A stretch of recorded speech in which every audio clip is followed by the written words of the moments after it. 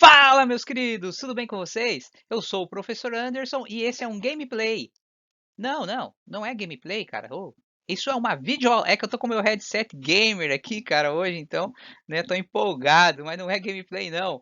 Essa é uma videoaula sobre a história do Brasil de 1946 a 1964. A segunda parte. Por quê? Porque a primeira parte já foi, cara. Quem não assistiu, inclusive, ainda a primeira parte, corre ali no canal e assiste a primeira parte dessa videoaula, tá, galera? Na primeira parte, falamos sobre os governos de Eurico Gaspar Dutra e Getúlio Vargas. E nessa segunda parte, vamos falar respectivamente do governo de Juscelino Kubitschek, do Jânio Quadros e do João Goulart, beleza? Então vamos continuar falando desse assunto que é muito importante sobre a história do Brasil. Presta bastante atenção a todos os detalhes, tem muita polêmica, muita coisa, muitos detalhes, galera. Espero que vocês gostem. Vamos lá então?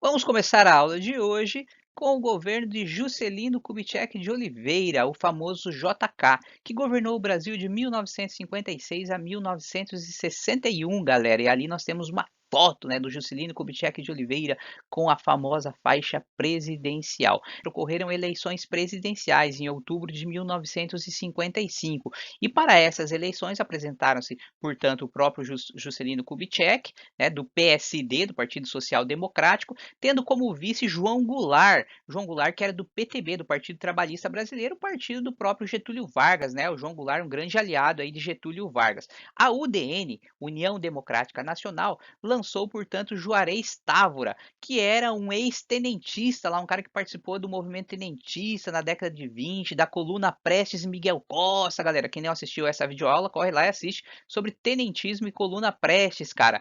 E então a UDN, por não concordar com essa chapa, por achar que era muito perigosa, por achar que essa aliança entre, entre o PSD e o PTB era muito perigosa, que eles iam dar continuidade às políticas de Getúlio Vargas, ao nacionalismo, eles lançaram seu próprio candidato, né? Acontece que o Juarez Távora acabou sendo derrotado nas eleições. O JK obteve aproximadamente 36% dos votos. E essa ala mais radical da UDN, da União Democrática Nacional, não concordou com o resultado. Aliás, a UDN não concordava quase que nunca com os resultados das eleições, né? Só que agora a coisa estava realmente perigosa, lembrando que a gente vivia o contexto da Guerra Fria e havia uma influência muito grande dos Estados Unidos. E sempre que os Estados Unidos vissem algum perigo ali, eles podiam fazer algum tipo de intervenção, pelo menos ainda que indireta, né? Então a UDN contava com isso também. E os udenistas, tendo o apoio, portanto, de uma parte das Forças Armadas, do oficialato, né, da alta oficialidade ali das Forças Armadas, tentou dar um golpe, ou seja, não permitir a posse do Juscelino Kubitschek e do João Goulart. Acontece que entrou em cena então um personagem importante aí da história, o general Henrique Teixeira Lô. Esse cara era um legalista, um democrata, e ele, com o apoio também de parte significativa das Forças Armadas, acabou garantindo o processo democrático. Então ele até entrou para a história como um cara assim, né, um legalista, um democrata. E um dos episódios aí marcantes na história do Brasil relacionando os militares, porque é mais comum a gente ver os militares fazendo intervenção para acabar com a democracia. Nesse caso, não. Nesse caso, eles entraram em cena para garantir a democracia, em detrimento, obviamente, de outros militares, de outro bloco dos militares que era mais radical. Portanto, o general Lô fez o quê? Ele depôs, né, tomou o cargo depois o Carlos Luz. Lembrando lá que depois do suicídio de Getúlio Vargas em 1954, o substituiu seu vice-presidente, que era o Café Filho. Mas o Café Filho adoeceu e passou o cargo para o Carlos Luz.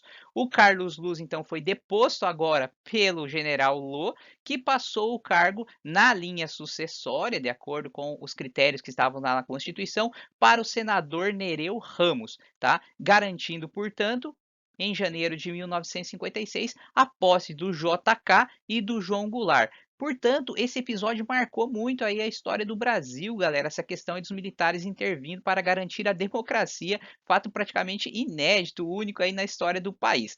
Galera, teve o lance o seguinte também, então sempre há uma discussão no campo acadêmico, né? Então, por exemplo, os udenistas disseram que o general Lô e os seus aliados fizeram foi golpe. né? Chamaram de golpe. Por quê? Porque a palavra golpe carrega consigo uma conotação negativa. Então, eles chamaram de golpe para negativar, para desqualificar o movimento do general Teixeira Alô. Então, eles disseram que foi uma novembrada. O que seria isso, né? Novembro com quartelada. Então, deu uma novembrada. Então, era uma desqualificação, uma negativização desse movimento.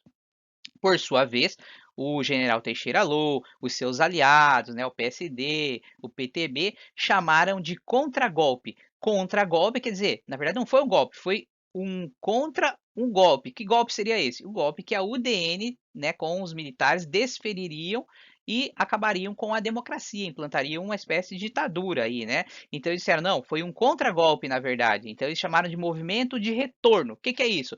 Movimento de retorno aos quadros constitucionais vigentes, ou seja, uma forma de dizer que aquele movimento foi extremamente positivo e valioso para a garantia da democracia. Portanto, há esse embate no campo acadêmico aí, vamos dizer, né? Até pode dizer que tem um outro pessoal que diz assim: foi um golpe para prevenir outro golpe. Quer dizer, um golpe para garantir a democracia, em detrimento do golpe que a UDN desferiria para acabar com ela.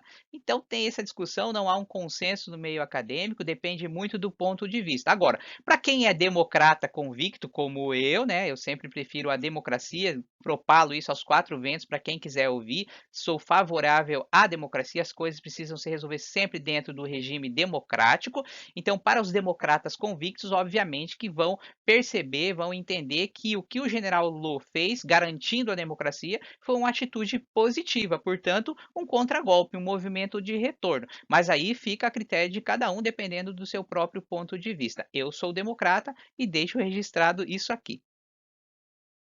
Assim que assumiu seu mandato, o JK colocou em prática um projeto político-econômico cujo slogan era 50 anos em 5, cara. Era o liberalismo e o desenvolvimentismo, ou seja, aderir às práticas liberais, indo ao encontro do capitalismo liberal para desenvolver o Brasil. 50 anos em 5, cara, é muita coisa. Era um projeto extremamente ambicioso. 5 anos, que era o mandato dele, né? A Constituição determinava que os presidentes da República nesse período teriam mandato de 5 anos, galera. E ele coloca em prática então o plano de metas, um plano quinquenal. Galera, nesse plano ele buscava desenvolver setores estratégicos para a economia brasileira. Por exemplo, nos setores dos transportes, da energia, da indústria, da educação e da alimentação, como estão ali, galera. E para isso, para colocar em prática e ter sucesso nesse empreendimento, ele buscou o apoio no capital privado, tanto nacional quanto internacional, quanto estrangeiro, atraindo empresas multinacionais para o Brasil, como a Volkswagen, a Aero Ilhas, DKW, Krupp,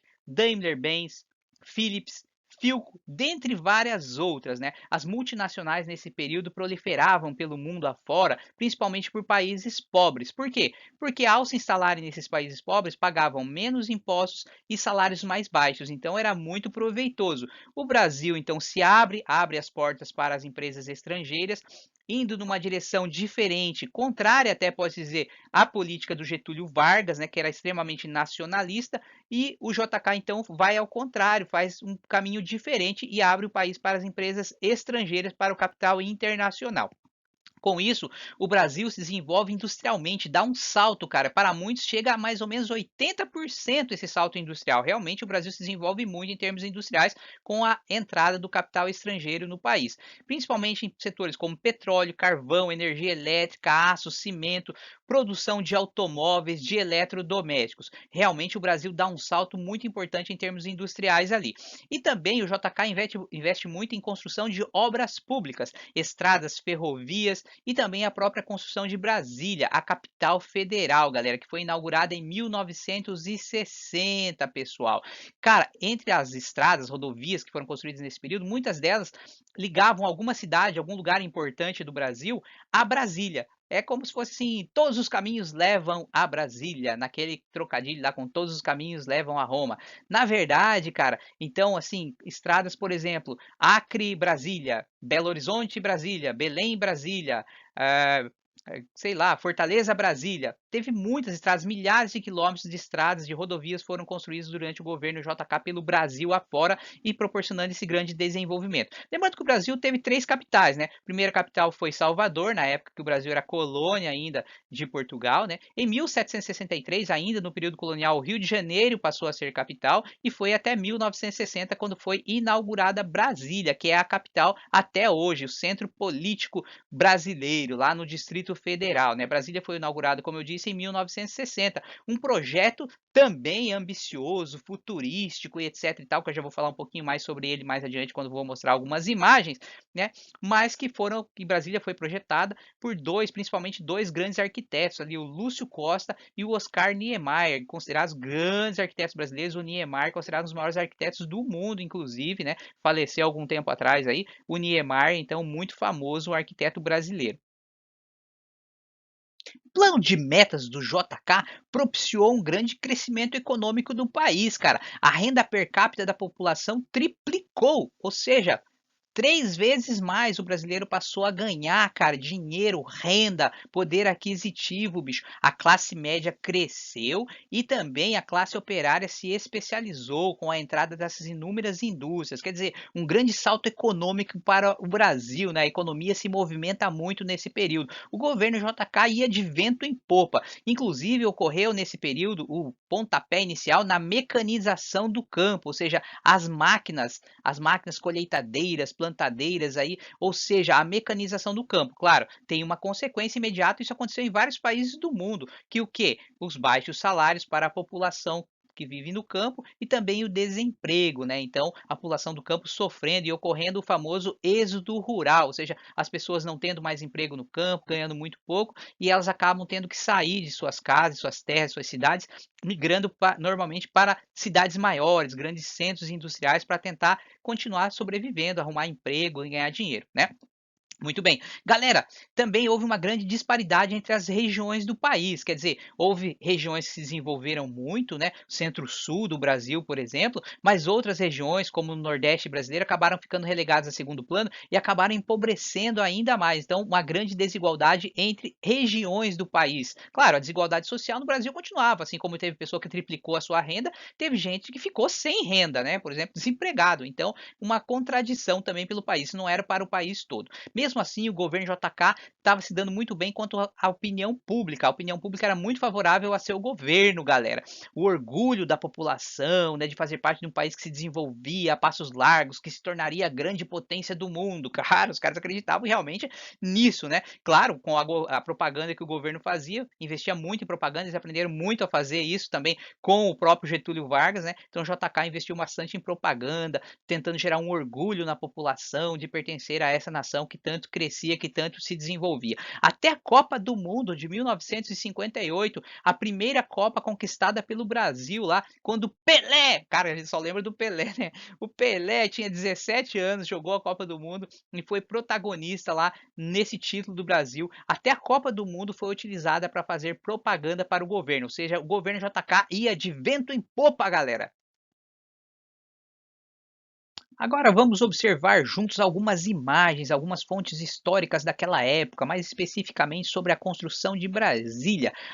Esse que para muitos era o grande projeto, a grande ambição do Juscelino Kubitschek, transpor a capital federal do Rio de Janeiro para aquele que seria o coração do Brasil, em meio ao Cerrado, no estado de Goiás, cara, onde foi construído lá o Distrito Federal e no centro dele Brasília, então a nova capital do Brasil.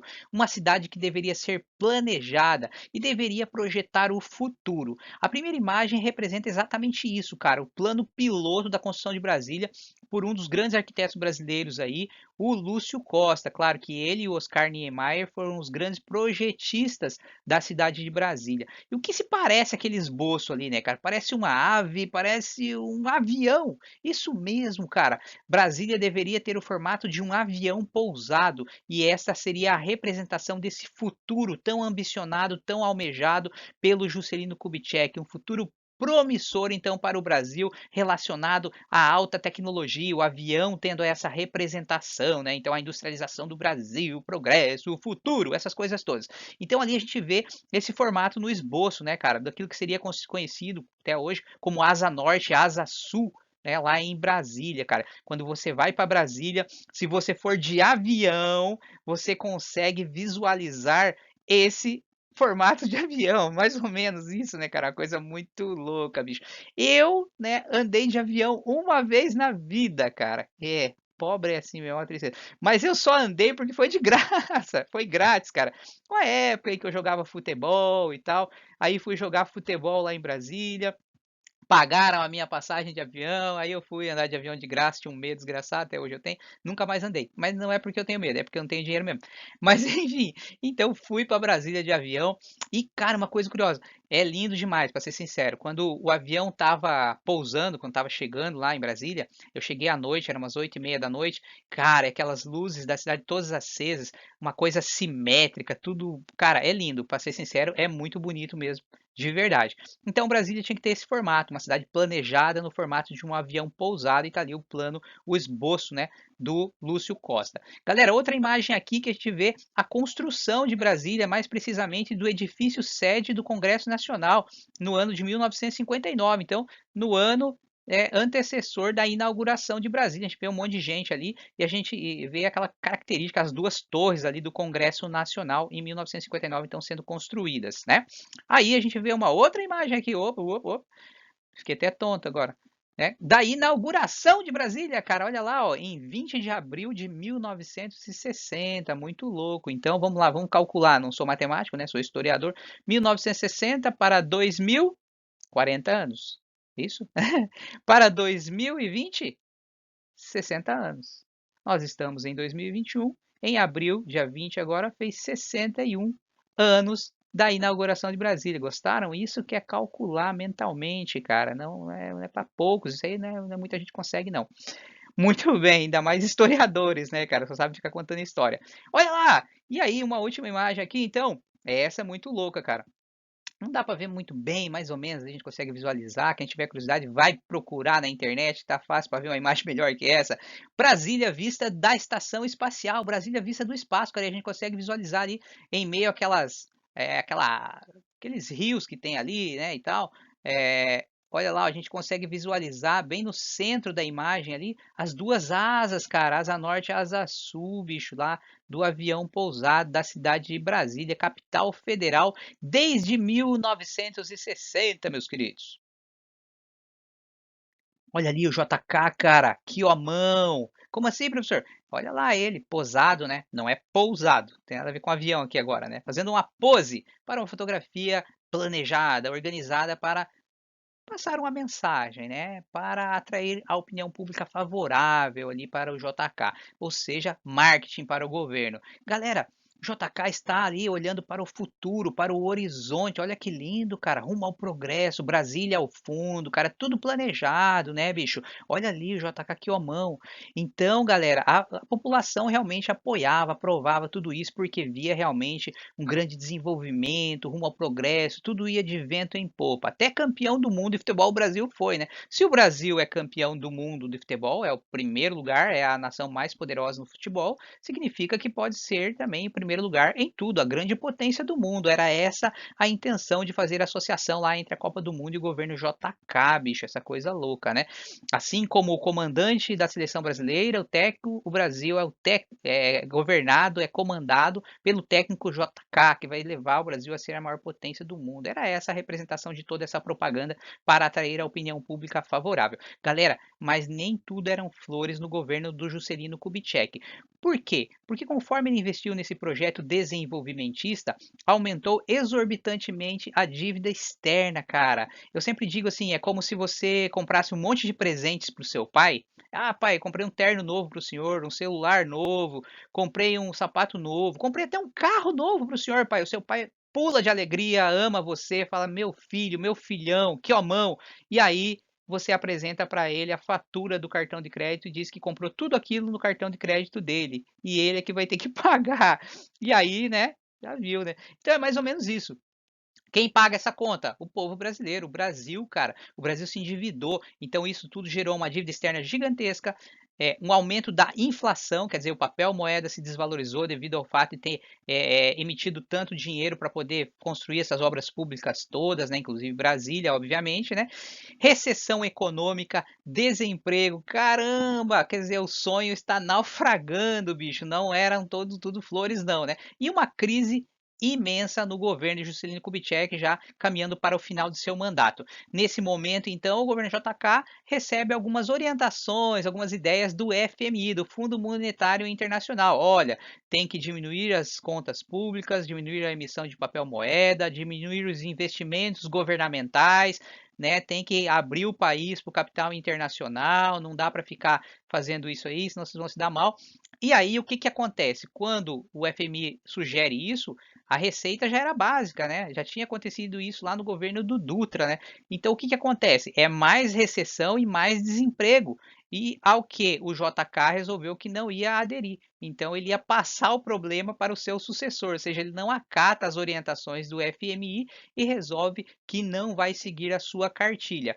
Nesse momento, o PSD, que era o partido então do Juscelino Kubitschek, ele se aproxima da UDN, que até então era sua oposição, mas que agora realmente eles dão as mãos e vão caminhar um pouco juntos. Durante o governo de JK, observa-se também um crescimento das esquerdas brasileiras, cara, especialmente de grupos de oposição ao governo JK.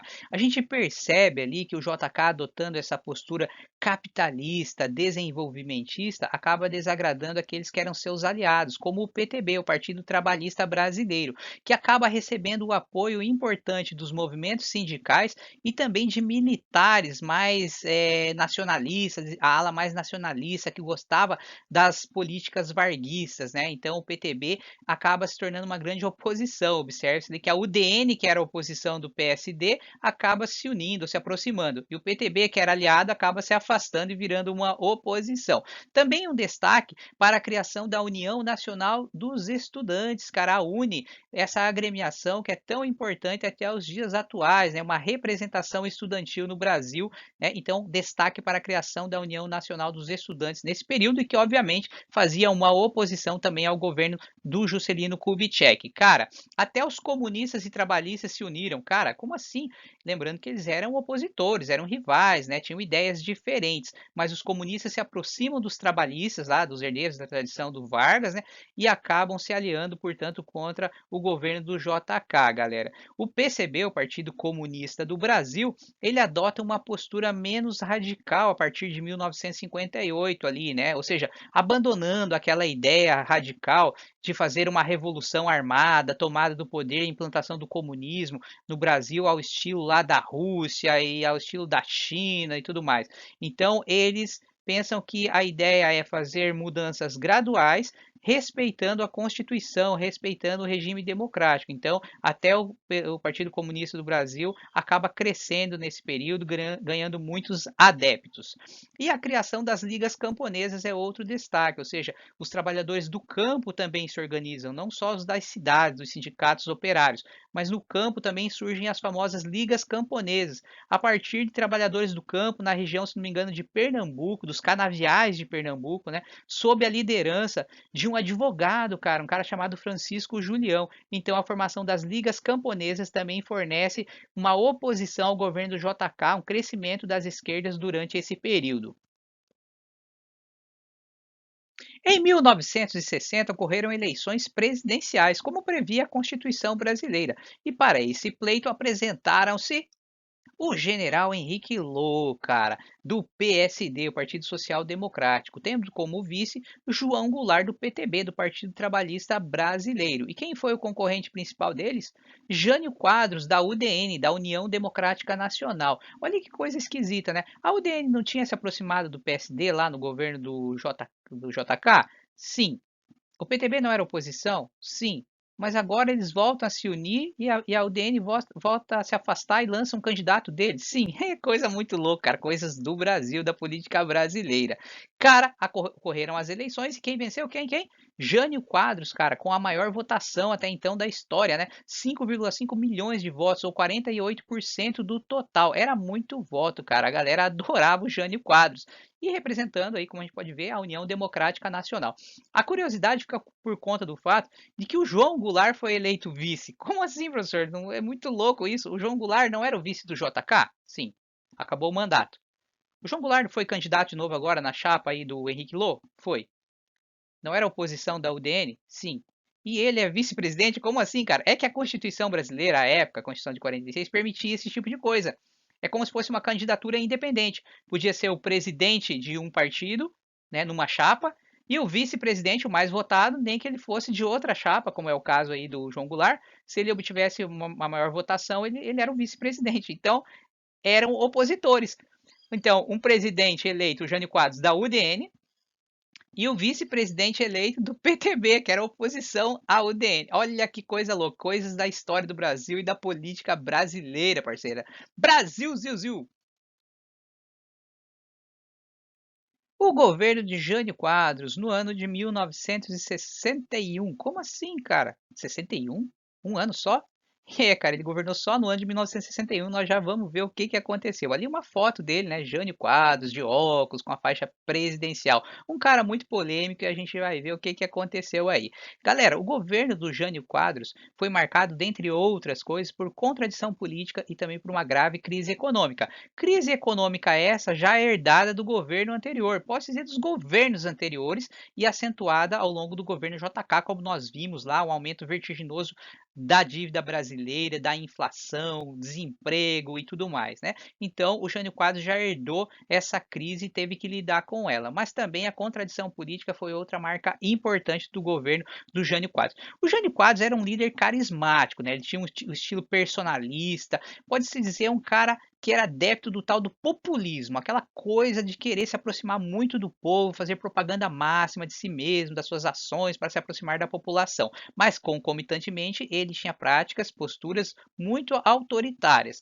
O Jânio Quadros, já durante a eleição, ele se apresentou dessa maneira, né, como o cara da vassourinha, né, que ia varrer a corrupção do país, cara. Ele se apresentava na campanha eleitoral, nos palanques, nos comícios, né, com uma vassoura, com os ternos amarrotados, com o cabelo despenteado, com um sanduíche no bolso do paletó, cara, para se aproximar muito do povo, dizia que ele era um cara do povão. Dizia-se que ele até falava errado, o português incorreto, né, fora das normas cultas da língua portuguesa, para se aproximar do povão, para dizer que ele era um cara do povo.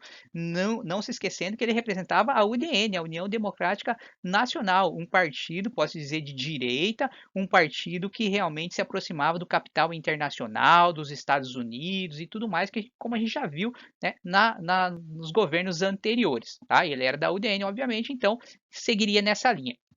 Prometia melhores condições de vida aos trabalhadores, aos operários, né? Afirmava ser católico, lembrando que ele foi o único, nem era o primeiro, né? Haja vista que naquele período a maior parte dos brasileiros era de católicos e, portanto, né, por isso era interessante nas campanhas eleitorais afirmar ser católico, para ganhar voto, né? E a promessa de acabar com o comunismo no Brasil, haja vista, como eu falei, um partido de direita, então, que queria abolir, exterminar o comunismo do Brasil. Essa, pelo menos, era a promessa de campanha do Jânio Quadros. Nesse sentido, ele seguia a cartilha do FMI, dizia que seguia a cartilha do Fundo Monetário Internacional. Vamos ver algumas fontes históricas ali, então, começando por essa foto do Jânio Quadros ali, cara, olhando meio de perfil, bigodinho, de óculos, cabelos meio despenteados. Jânio Quadros, o polêmico, cara. Olha ali outra imagem interessante. Fiquei tonto, cara. Olha lá, Folha de São Paulo. Essa imagem, essa fotografia, então, do Jânio Quadros com a vassoura lá, cara. O homem da vassourinha se apresentava com a vassoura, dizia que ia varrer a corrupção do Brasil, bicho. E aí, então, a gente vê na sequência aqui, olha lá, uma caricatura, né? Um desenho, pode dizer assim, uma crítica satírica publicada na revista Careta, uma revista da época, né, no dia 9 de janeiro de 1960, portanto, satirizando o Jânio Quadros, naquela figura ali, com aqueles ternos amarrotados, as calças remendadas, cabelo despenteado, uma vassoura na mão, muito engraçado, cara. Os caras fazendo uma crítica satírica a essas características de Jânio Quadros. Ao se eleger, Jânio Quadros recebeu o apoio de vários setores da sociedade, desde o povão, trabalhadores, operários, sindicatos, até a elite dominante, empresários nacionais e estrangeiros, forças armadas, quer dizer, muitos setores da sociedade. Não por acaso ele recebeu uma votação tão expressiva, né, 48% dos votos. Assim que ele assume seu mandato, em janeiro de 1961, começa a contradição, bicho. Por quê? Porque ele é da UDN, representa, como eu disse, a direita brasileira. Mas uma das primeiras atitudes dele, já tidas como autoritárias, né, ele diminui o crédito aos empresários. E a justificativa era sanar a dívida externa brasileira, que chegava naquele momento a cerca de 2 bilhões de dólares, também para conter a inflação. Na sequência, ele decreta uma lei, a lei antitruste, que prejudicava os empresários também, porque impedia a fusão de empresas, né? A ideia era manter a concorrência. E também restringia a remessa de lucros ao exterior. Então, empresas estrangeiras, né, empresários, não podiam mandar todo o dinheiro para fora do país, tinha uma restrição a isso, coisa que o Getúlio Vargas tinha tentado lá no passado e não tinha conseguido. Agora o Jânio Quadros, ele implanta essa lei também desagradando muita gente, cara. Cria comissões de sindicância, cujo objetivo era investigar atos, ações de corrupção no governo anterior, no governo do JK, cara. E aí logo se descobriu que muitos deputados, senadores, né, muitos políticos naquele período do governo JK tinham cometido atos de corrupção, tinham se beneficiado, tinham desviado dinheiro e tudo mais durante a construção das obras públicas, né, superfaturamento, aquela coisa arada toda que a gente já ouviu falar tantas vezes no Brasil. E aí muitos desses políticos, desses partidos políticos, já começam a ficar descontentes com o Jânio Quadros, já começam a retirar o apoio, meter uma pressão nele para ele acabar com essas comissões de sindicância, enfim, muita gente que o apoiou agora já começa a ficar contra. Especialmente quem? O povo brasileiro, porque ele congela os salários, cara, dos trabalhadores. Então, quer dizer, o povo brasileiro também já vai retirando gradualmente o apoio aí desse cara que se apresentou como um cara do povo, um cara, né, simples, do povão, começa a perder o apoio da população. Até a UDN, o partido dele, a União Democrática Nacional, devido a essas atitudes todas, acaba retirando o apoio e vira oposição ao Jânio Quadros. Cara, já no começo, o Jânio Quadros começa a trocar os pés pelas mãos ali, fazendo muita coisa, prejudicando muita gente, e ele vai perdendo o apoio desses vários setores da sociedade também. O governo de Jânio Quadros foi marcado por inúmeras polêmicas. Ele era um cara polêmico, a começar pelo fato que diz que ele se comunicava com seus ministros através de bilhetinhos. Que beleza, sutis bilhetinhos, uma coisa linda. Para não parar por aí, o Jânio Quadros começa a fazer umas coisas muito loucas, bicho. Ele proíbe o uso de biquínis e mini saias pelas mulheres, principalmente quando elas aparecem na TV. E proíbe as brigas de galo, cara. Muita gente fica indignada e começa a protestar contra essas atitudes do presidente da República, polêmico e autoritário. Como se isso não bastasse, ele tenta reatar relações diplomáticas com países de esquerda, né? Países com regimes socialistas, como a China, Cuba, Alemanha Oriental, além da União Soviética, cara. E vejam, o Jânio Quadros não era da UDN, da União Democrática Nacional, um partido de direita. O Jânio Quadros não tinha prometido durante sua campanha que ia acabar com o comunismo no Brasil, e agora ele tenta reatar relações diplomáticas com esses países. É que ele dizia que o Brasil precisava adotar uma política independente com relação à Guerra Fria, ou seja, não ter aliados e inimigos, negociar com todo mundo, conversar com todo mundo, numa política mais liberal, por assim dizer. Mas isso desagradou muita gente, né, cara? Mas ele não parou por aí, não, cara. Em agosto de 1961, o João Goulart foi enviado lá para a China, cara, para conversar, reatar relações diplomáticas e tudo mais, negociações com a China. E isso desagradou a muita gente. A direita brasileira, a UDN, muitos militares e os Estados Unidos, é claro, por que não dizer, né, galera? Mas, como se isso não bastasse, no mesmo mês, mais precisamente no dia 21 de agosto de 1961, o Jânio Quadros condecorou o Ernesto Che Guevara, aquele personagem, aquele cara que foi um dos líderes, junto com o Fidel Castro, da Revolução Cubana, cara, que implantou o socialismo em Cuba sob a liderança, sob a égide da União Soviética. E ele condecora aqui no Brasil o Ernesto Che Guevara com a maior honraria brasileira, com a chamada Ordem do Cruzeiro do Sul, bicho. E isso gera muita indignação, isso coloca muita gente em polvorosa, especialmente a UDN e os militares, né, que eram contrários a essa política e que eram favoráveis aos Estados Unidos e à direita brasileira. Então esses caras ficam em polvorosa, começam a meter uma pressão gigantesca no Jânio Quadros, que muito pressionado, abandonado e não tendo nesse momento aquele mesmo carisma do Vargas, tendo apoio, mas ele quer fazer mais ou menos seguindo aquela mesma linha, né? Ele tenta obter o apoio do povão, cara, mas não é bem assim. Getúlio Vargas não era Jânio Quadros não era Getúlio Vargas, bicho. E aí ele faz o quê? Ele renuncia ao cargo de presidente da República, né? Em 25 de agosto de 1961. Dizia ele: vou voltar nos braços do povo. Lembrando que isso já tinha sido dito lá pelo Getúlio Vargas, inclusive lá na carta testamento dele, né, cara? Voltei nos braços do povo, se referindo ao fato do Getúlio Vargas quando ele foi eleito democraticamente presidente da República no ano de 1950, né, galera? E o Jânio Quadros dizia que ele voltaria nos braços do povo. Só que não, não voltou. O povo não saiu às ruas solicitando, clamando, protestando pela volta de Jânio Quadros. Não quis mais o cara, então ele não voltou nos braços do povo. Acabaria, portanto, aí no mesmo ano em que ele assumiu o mandato, em 1961, né, acabaria, portanto, o mandato do Jânio Quadros. O polêmico, o homem da vassourinha. A atitude intempestiva de Jânio Quadros causou um alvoroço na política brasileira.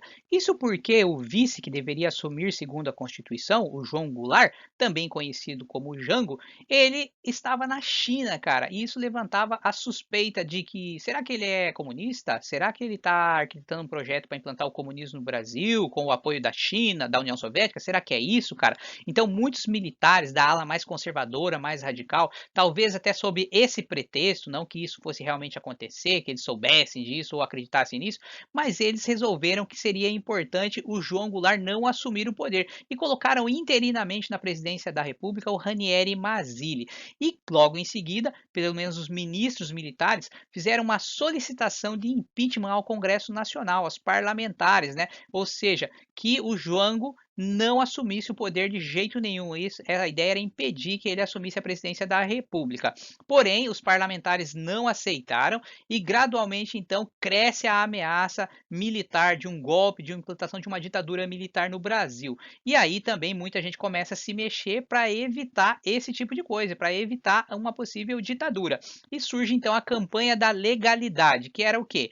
Que era o cumprimento da Constituição brasileira. João Goulart era o vice, por direito deveria assumir a presidência da República.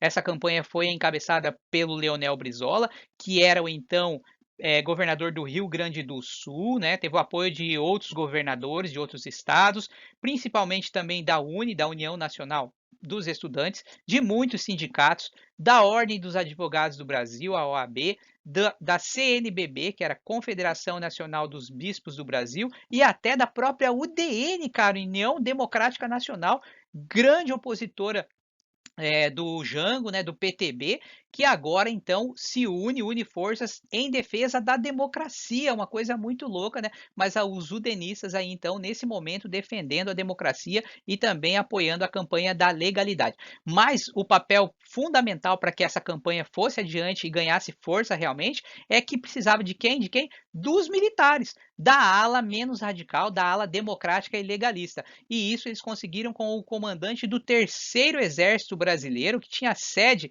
lá no Rio Grande do Sul, no estado que era governado pelo Leonel Brizola. Então a campanha da legalidade ganha força a partir desse apoio dessa parte, dessa ala do Exército.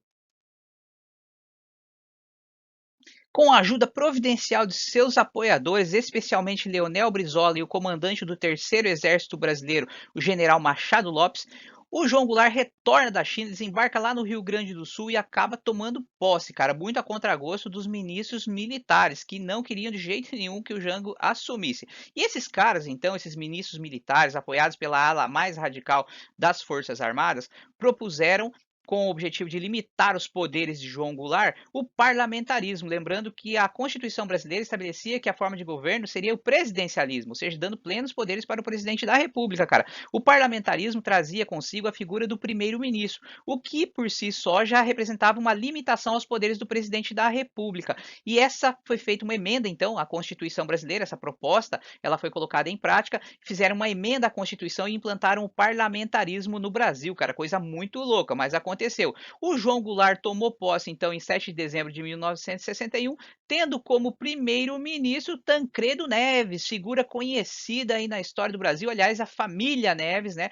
Família aí que tem um lastro, uma tradição política no Brasil, né, cara? Enfim, não vou entrar nem nos méritos, nos detalhes das coisas aqui, mas Tancredo Neves, então, naquele momento, assumiu como primeiro-ministro, né, ali do João Goulart, portanto, limitando os poderes do Jango, galera. O programa político do João Goulart ele era amplo, propunha inúmeras reformas, principalmente reformas de base, como bancária, fiscal, urbana, tributária, administrativa, agrária e universitária. Cara, uma ampla reforma. Também ele propunha a legalização do PCB, do Partido Comunista do Brasil, que passaria a chamar-se Partido Comunista Brasileiro a partir de 1961, objetivando inclusive facilitar essa legalização. Era Partido Comunista do Brasil, passou a ser Partido Comunista Brasileiro, como é até hoje. A sigla continua a mesma, PCB, né? Também o João Goulart propôs o direito do voto aos analfabetos, estender então o voto aos analfabetos, coisa que não constava na Constituição de 46, né? Também o controle do capital estrangeiro e o monopólio estatal em setores estratégicos, especialmente no setor de produção de energia, petróleo, essas coisas. Ou seja, o João Goulart propunha muitas mudanças, muitas alterações que não agradavam a muita gente, inclusive retornando a uma política muito semelhante àquela do Vargas. Lembrando que o João Goulart ele era herdeiro da tradição varguista lá do PTB, do Partido Trabalhista Brasileiro, né, galera? Também o João Goulart, para isso, ele precisa tentar, em primeiro lugar, reaver os poderes presidenciais, voltar o presidencialismo ao Brasil e também tentar obter maioria no Congresso Nacional, a maioria dos parlamentares. Senão ficaria difícil dele colocar em prática o seu projeto político. No dia 6 de janeiro de 1963, foi votado um plebiscito. O povo brasileiro foi às urnas, cara, e escolheu o retorno do presidencialismo ao Brasil. Ou seja, João Goulart conseguiu o que queria, o que objetivava, reaver os poderes do presidente da República. Mas sua vitória não foi total. Ele fracassou com relação à obtenção da maioria no Congresso Nacional, que de certa forma ainda impunha algumas limitações a seus poderes. De qualquer forma, agora com o presidencialismo, João Goulart poderia colocar em prática o seu projeto político, pelo menos parcialmente, o que não agradava muita gente. As oposições começaram a se unir, portanto, o PSD, o Partido Social Democrático, se une à UDN, a União Democrática Nacional, formando aí uma oposição fortíssima ao governo do João Goulart. No Brasil e no mundo, a marca daquele momento, a principal característica era a Guerra Fria, ou seja, aquela disputa ideológica entre socialismo e capitalismo, a bipolarização do mundo, Estados Unidos, União Soviética.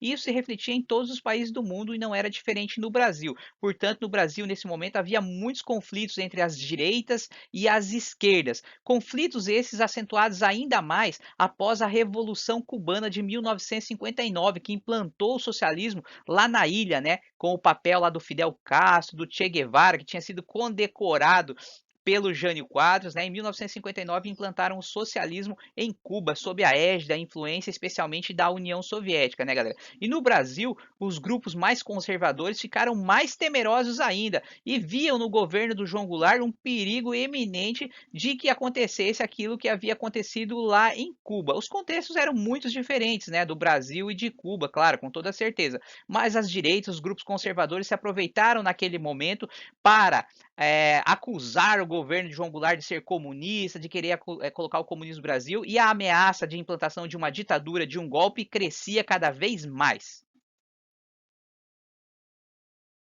Apesar do retorno ao presidencialismo, a vida de João Goulart não foi nada fácil, cara. O Brasil passava por uma grave crise econômica nesse momento e a inflação crescia exorbitantemente. Claro, crise econômica herdada dos governos anteriores, sempre é bom lembrar. E ele precisava colocar em prática os seus projetos, mas estava difícil. Então ele resolve fazer o quê? Fazer o quê? Negociar com os Estados Unidos da América, com os EUA. Cara, os Estados Unidos fizeram várias exigências, inclusive pedindo para que ele contivesse os gastos públicos, investimentos estatais na economia, etc e tal, abandonasse aquela política herdeira da tradição varguista, mas João Goulart não aceitou. E a negativa de João Goulart fez com que a crise aumentasse, crescesse ainda mais, cara. Então fica bem complicado. Foi aí que surgiu o plano trienal. Trienal, 3 anos, né? 1, 2, 3. De 1963 a 65, que seria o mandato dele, né? Iria então até 65, né? Para quê? O projeto dele era conter, né, mais ou menos, controlar as contas públicas, para conter a inflação e também a implementação das famosas reformas de base, né, que estavam dentro do projeto político dele lá. Porém, o empresariado brasileiro não gostou muito dessas ideias, não estava muito apoiador do João Goulart e, portanto, ele já começaria a ter uma oposição no meio empresarial também, além da oposição política dos partidos de oposição, a ala radical dos militares. Agora, uma parte do empresariado também não estava gostando nada das ideias dos projetos políticos de João Goulart. Se as direitas brasileiras não estavam nada contentes com o governo de João Goulart, as esquerdas também não estavam lá tão felizes da vida e exigiam imediatamente que ele colocasse em prática as reformas de base, cara, principalmente a reforma agrária, a redistribuição das terras brasileiras, concentradas nas mãos de meia dúzia de famílias, né, no Brasil, coisa louca, há muito tempo, né? Também exigiam a estatização de setores estratégicos da economia, como de transportes e energia, principalmente. João Goulart não estava agradando quase ninguém, na verdade, nesse momento, né, cara? E ele abandona o plano trienal lá. Então ele resolve colocar em prática outras ideias. Por exemplo, se os Estados Unidos não estão querendo negociar, não estão querendo ajudar, portanto, vamos negociar com países socialistas. Quem sabe eles possam nos ajudar, né? E também negociar com países latino-americanos. Claro, os Estados Unidos não gostam nada disso. Desagrada também muitos setores das direitas brasileiras, mas é essa a saída que o governo João Goulart encontra para tentar sanar a economia brasileira e também resolver os problemas, né? E a implantação da Eletrobras ocorreu em 1962, cara. Lembrando que a Eletrobras era um projeto do governo Vargas, lá era do Getúlio Vargas, o projeto, o plano, mas que foi concretizado durante o governo aí do João Goulart em 1962, Companhia de Energia Elétrica Brasileira, né, cara? Também foi estabelecidas as bases para a futura Embratel, que seria a empresa brasileira de telefonia, galera. Então aí durante o governo João Goulart também. João Goulart também inaugurou inúmeras usinas siderúrgicas, que faz aço, portanto, né, e refinarias de petróleo em seu governo. E estendeu os benefícios da Previdência Social aos trabalhadores rurais, cara. Os benefícios da Previdência Social, que tinha sido criada lá na era Vargas, né, agora foram estendidos também aos trabalhadores rurais que não estavam inclusos nesse programa social. A cada dia que passa, cresce ainda mais a radicalização entre as direitas e as esquerdas brasileiras, e vários episódios acabam marcando o Brasil nesse período, cara. Por exemplo, a tomada de Brasília, que ocorreu em setembro de 1963, onde um grupo de sargentos do Exército, um grupo de esquerda, acaba tomando Brasília pela força. No mês seguinte, em outubro, o Carlos Lacerda, aquele udenista, opositor do Vargas, que, né, foi um dos protagonistas lá do suicídio do Vargas, ele então se posiciona publicamente contra o presidente da República, mas ele insulta o presidente João Goulart publicamente. E ele pede imediatamente a intervenção do governo dos Estados Unidos no processo político brasileiro. Queria que os Estados Unidos apeassem, né, o João Goulart da presidência da República, cara. Então o clima vai ficando cada vez mais tenso. O governo, por sua vez, promove comícios e muita propaganda para tentar obter o apoio do povo, mas não está nada fácil naquele momento devido à crise econômica e à crise política. A inflação chegava a 78% no Brasil, muito desemprego, muitas dificuldades para o povão. Então, para obter o apoio do povo, não estava fácil nesse momento também. As direitas, então, nem se fala, ninguém queria apoiar o João Goulart. O João Goulart, num ato de desespero, pede ao Congresso Nacional a decretação do estado de sítio. O estado de sítio é um estado de emergência, é um subterfúgio que tem lá em casos muito graves de emergência, seja interna ou por problemas externos, que o presidente da República podia decretar, ou enfim, com o apoio do Congresso Nacional. Mas o Congresso Nacional não aprova, cara. Apesar do apoio de alguns ministros militares, o João Goulart não consegue a aprovação no Congresso Nacional do estado de sítio. Nem os PTBistas, nem os caras do partido do João Goulart acabaram apoiando, ficaram votaram contra. O João Goulart vai ficando cada vez mais isolado, vai enfraquecendo, seu governo vai ficando sob uma pressão gigantesca, né, bicho? E aí o grupo golpista, aqueles que vão acabar então tomando o poder no Brasil, vai se fortalecendo cada vez mais. Percebendo a enorme pressão a que João Goulart está submetido, as esquerdas brasileiras resolvem apoiá-lo, resolvem ajudar João Goulart. E nesse sentido, elas criam a FMP, a Frente de Mobilização Popular, cara. E a FMP, com o apoio do PCB e também do CGT, o Comando Geral dos Trabalhadores, organizam um grande comício lá no Rio de Janeiro, lá na Estação Central do Brasil, no dia 13 de março de 1964, objetivando, obviamente, obter o apoio da população. Nesse evento, João Goulart compareceu e anunciou as famosas reformas de base. Diz que agora ia fazer mesmo, né, cara? Ou seja, a reforma agrária, estatização das refinarias de petróleo e democratização eleitoral, estendendo o voto aos analfabetos. Quem não gostou nada disso, cara, foram as elites brasileiras, que ficaram ainda mais preocupadas, ainda mais de cabelo em pé, com o apoio dos Estados Unidos, que também não estavam gostando nada das ideias e da política do João Goulart. E as elites brasileiras, portanto, organizam uma grande manifestação lá em São Paulo. Milhares de pessoas foram lá a essa manifestação, que ficou conhecida como Marcha da Família com Deus pela Liberdade, cara. E ocorreu no dia 19 de março de 1964, cara. Então era uma reação da elite brasileira às ideias e aos projetos políticos de João Goulart. As elites brasileiras apoiaram e a Igreja Católica também apoiou, e ao que eles chamaram de que era uma marcha contra o demônio comunista, ou seja, João Goulart é taxado dessa maneira pelas elites e pela Igreja Católica. O clima de tensão e radicalização política crescem a cada vez mais, e alguns eventos marcariam o que seria o início do fim do governo de João Goulart.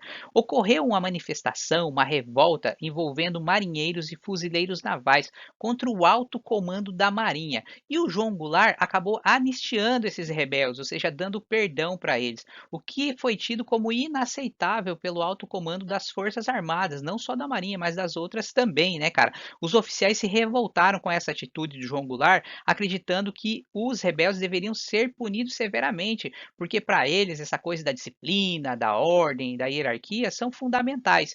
Dizem que até oficiais que eram neutros ou até mais ou menos favoráveis ao João Goulart abandonaram o barco a partir dessa atitude e viraram oposição ao Jango, cara. Mas tudo isso foi elevado ao último nível quando João Goulart compareceu a um protesto de sargentos lado a lado com os marinheiros e fuzileiros que tinham sido anistiados por ele.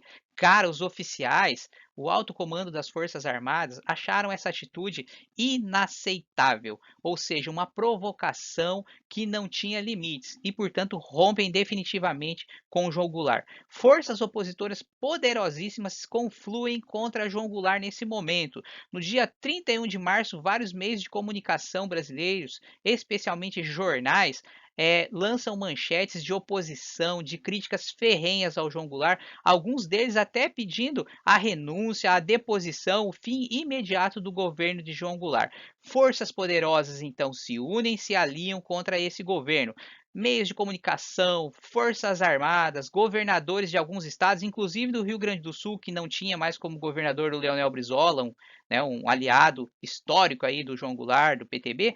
Então, ele também não era mais governador, até o governador do Rio Grande do Sul, agora o atual, fica contra o João Goulart. Cara, também vários setores da sociedade, organizações, a Igreja Católica e principalmente nesse caso o governo dos Estados Unidos, lembrando o contexto da Guerra Fria, os EUA estão preocupados depois da Revolução Russa, querem que os países da América Latina fiquem sob sua influência e não, obviamente, da União Soviética, e pressionam as elites dos países da América Latina para controlarem a situação e evitarem a qualquer custo a possibilidade de governos que tivessem tendência socialista. Pois bem, foi desferido então o golpe, o famoso golpe militar. No dia 31 de março, o general Olímpio Mourão Filho, comandando algumas tropas, partiu de Minas Gerais, de Juiz de Fora, para o Rio de Janeiro, que era o estado da Guanabara na época, né, cara? O João Goulart, dizem, podia ter evitado isso aí e ter confrontado as tropas, colocado tropas leais a ele contra esse general e tudo mais, mas ele dizem que quis evitar uma possível guerra civil. Dizem que ele fez ligações telefônicas para vários generais aí das Forças Armadas, tentando obter o apoio deles, mas acabou não conseguindo. Se vendo acuado, vendo que a situação estava insustentável, inclusive diziam que se ele tentasse contrapor forças a essa tomada de poder, né, do general Olímpio Mourão Filho lá, os Estados Unidos interviriam no processo e aí as coisas se complicariam bastante. O Brasil poderia mergulhar, inclusive, numa guerra civil. O João Goulart, dizem, para evitar essa situação toda, acaba saindo então do Rio de Janeiro, vai em direção ao Rio Grande do Sul, no dia 1º de abril, o que foi tido como uma vacância no cargo. O então presidente do Congresso Nacional, ele tinha feito no dia 31, se eu não me engano também, uma declaração à população, um manifesto, né, dizendo que exigindo, né, dizendo que o Congresso Nacional rompia com o presidente da República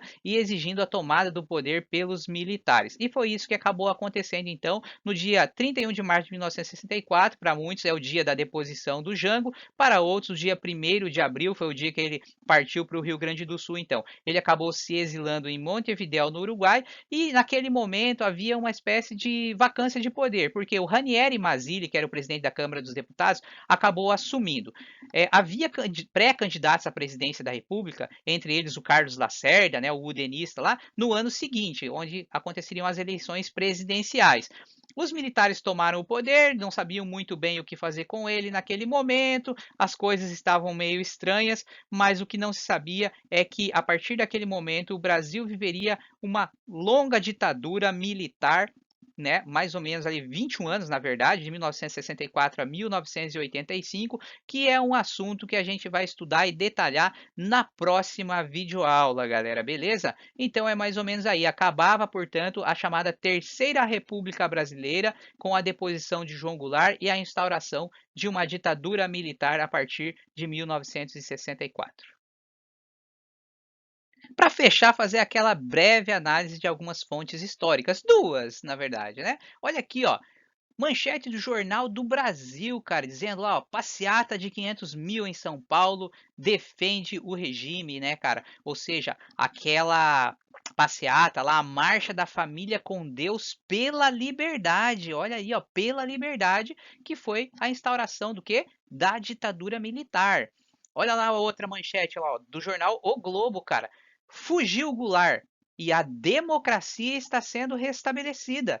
Democracia? Não era a ditadura militar que estava começando? Empossado Mazzilli na presidência. Galera, lá, ó, outra manchete abaixo ali, ó, segundo plano, ressurge a democracia. Então era isso que o jornal o Globo, né, o Jornal do Brasil, os meios de comunicação noticiavam naquele período, e é por isso que se diz que esses meios de comunicação influenciaram, apoiaram a instauração da ditadura militar no Brasil, galera. Estamos chegando ao final de mais uma videoaula e, como de praxe, vamos testar os conhecimentos. É isso aí, vamos ver se vocês auferiram algum conhecimento sobre o tema. Tomara que sim, né, cara? Olha lá a questão da PUC-Pri, da PUC do Paraná.